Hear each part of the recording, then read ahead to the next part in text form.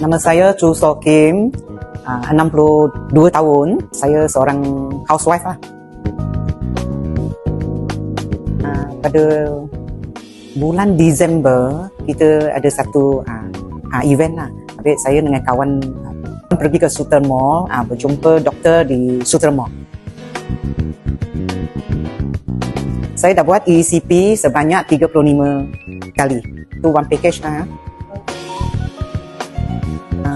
Sebenarnya saya tak ada sakit, tapi saya punya brother lah. Saya ingat heart attack lah. Dia sekejap saja dia pengsan.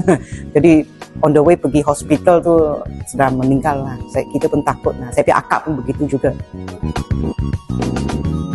Sama jugalah, tapi rasa lebih sihat lah.